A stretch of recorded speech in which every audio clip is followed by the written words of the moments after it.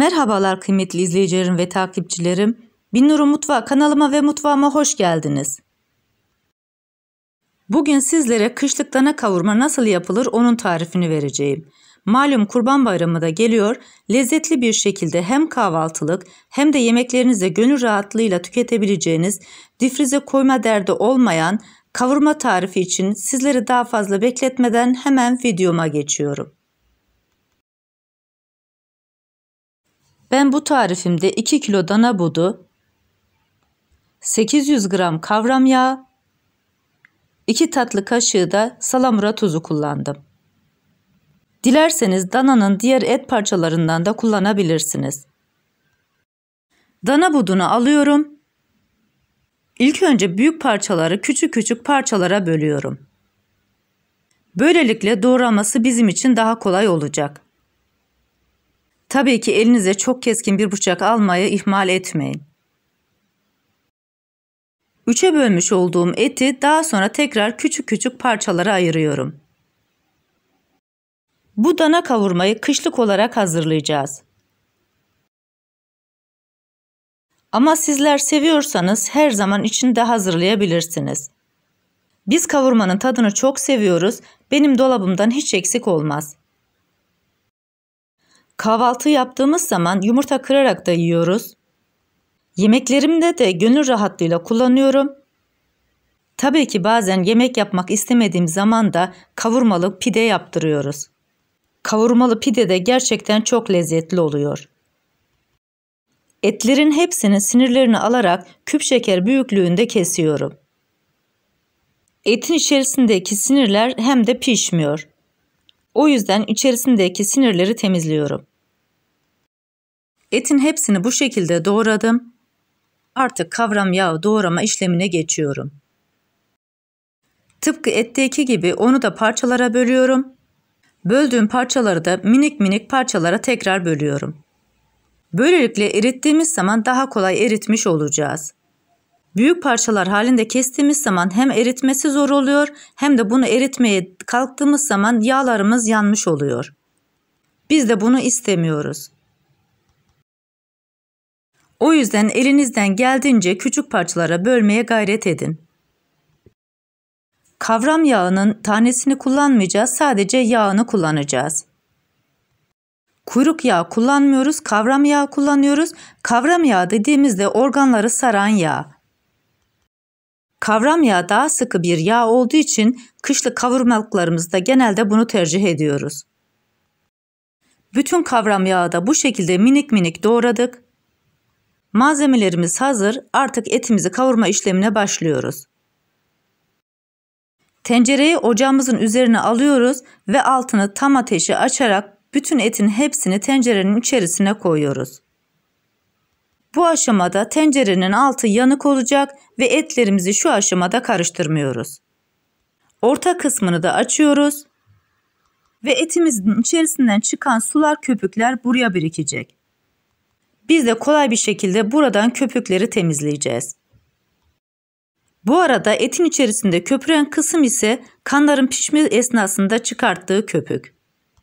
Tabii ki biz de bu köpükleri kesinlikle etimizin içerisinde istemiyoruz. O yüzden elimizden geldiğince karıştırarak köpüklerini alarak pişiriyoruz. Ocağımızın altı ise hala tam ateşte. Arada bir karıştırıyoruz, ortasını tekrar açıyoruz. Gördüğünüz gibi etin ortasına hala köpükler birikiyor. Bunu da kaşık yardımıyla güzelce alıyoruz. Etin içerisindeki köpürme işlemi ince köpüğe dönüşünceye kadar kaşıkla almaya devam edeceğiz. Etin içerisindeki bu köpükleri eğer almazsanız kavurmanız koyu renkli olur. O da pek hoş gözükmez. Bu arada eti de fazla karıştırmadan pişiriyoruz.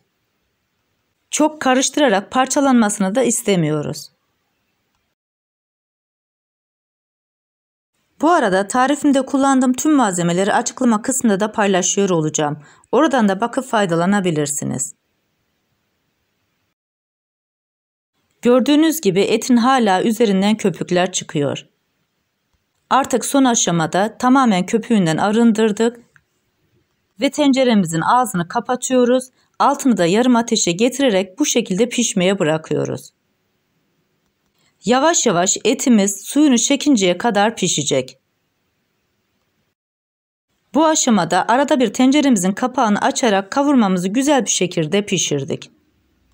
Etin tamamen suyu bittikten sonra yan tarafa alıyoruz ve ocağımızın altı hala açık.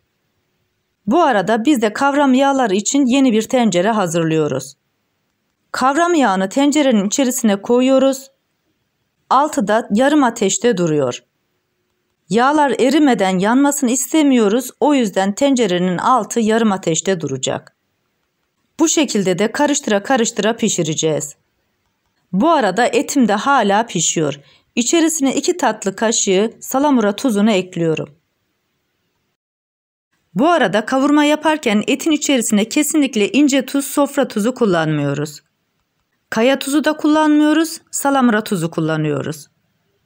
İnce tuz etin daha çabuk bozulmasına neden oluyor. Kaya tuzu ise içerisinde erimiyor. O yüzden sizlere tavsiyem kavurma yaparken salamura tuzu kullanın. Bu arada kavram yağını da bırakıp kendi kendine pişsin diye beklemiyoruz, karıştırarak pişiriyoruz. Kontrollü bir şekilde pişiriyoruz, erimiş olan yağların yanmasını istemiyoruz. Görmüş olduğunuz gibi kavram yağı da bayağı eridi. Daha yakın görmeniz açısından tencerelerin yerini değiştiriyorum. Etimizin altını söndürmedik, hala yanıyor. Etin altı da yarım ateşte yanıyor, kavram yağın altı da yarım ateşte yanıyor. Bu arada kavram yağı da yeterince pişti. Ve yağını bıraktı. Demir bir süzgeç alıyoruz, etin üzerine koyuyoruz ve kavram yağının hepsini içerisine süzdürüyoruz. Bu arada sakın plastik bir süzgeç kullanmayın. Geçen yıl ben böyle bir şey yaptım ve süzgeç delindi, bütün yağlar etin içerisine döküldü. Sizlerin de etlerinin bu şekilde olmasını istemem. O yüzden metal bir süzgeç kullanın. Gördüğünüz gibi etler gayet güzel oldu, oldukça da parlak gözüküyor. Yağı da içerisine döktükten sonra 1-2 dakika daha bu şekilde pişirdikten sonra artık tenceremizi ocaktan alıyoruz. Tencereyi de ocaktan aldıktan sonra kavurmanın şöyle ilk sıcağının geçmesini bekliyoruz. Ve artık kalıplarımızın içerisine koymaya başlıyoruz. Ben şöyle büyükçe bir su bardağım vardı, onun içerisine koyuyorum. Bu işlemi isterseniz küçük bir tencerenin içerisine de basarak kullanabilirsiniz. Daha sonra içerisinden kaşık kaşık alabilirsiniz. Biz küçükken annem bu kavurmayı çok yapardı. Annem tencerenin içerisine basardı. Tabii ki biz de küçük olduğumuz için parmağımızla küçük küçük etleri çıkartırdık. Ve daha sonra afiyetle yerdik. Doldurmuş olduğumuz kalıba kaşıkla basıyoruz ve kalan kısmını yağ ile dolduruyoruz. Benim elimde altı ince olmayan bir tane de baharatlığım vardı. Bir de onun içerisine dolduruyorum. İçerisine etleri koyduktan sonra kaşıkla güzelce bastırıyorum. İyice bastırdıktan sonra kalan kısımda etleri koyuyorum. Ve kavram yağıyla olan boşlukların hepsini dolduruyorum. İsterseniz küçük su bardaklarına da basabilirsiniz. Önemli olan kolay çıkması için alt kısmının geniş olmaması. Etlerin hepsini kalıpların içerisine doldurdum, kalan yağları da üzerlerine koydum. Ve ayrıca kavurmuş olduğumuz kavram yağını da ziyan etmiyoruz. İsterseniz pide içlerinde kullanabilirsiniz, isterseniz tuzlayıp yiyebilirsiniz. Etlerin ilk sıcağı geçtikten sonra etlerin hepsini dolabımıza kaldırıyoruz. Ve gördüğünüz gibi 3 saatin sonunda etlerin hepsi dondu. Tabii ki ben bu kalıpların içerisinde eti istemiyorum, o yüzden kalıplardan çıkartmak istiyorum. Böylelikle kullanması daha kolay olacak. Fön makinesiyle altını üstünü güzelce ısıtıyorum. İsterseniz sıcak suya da koyabilirsiniz ama böyle daha pratik oluyor.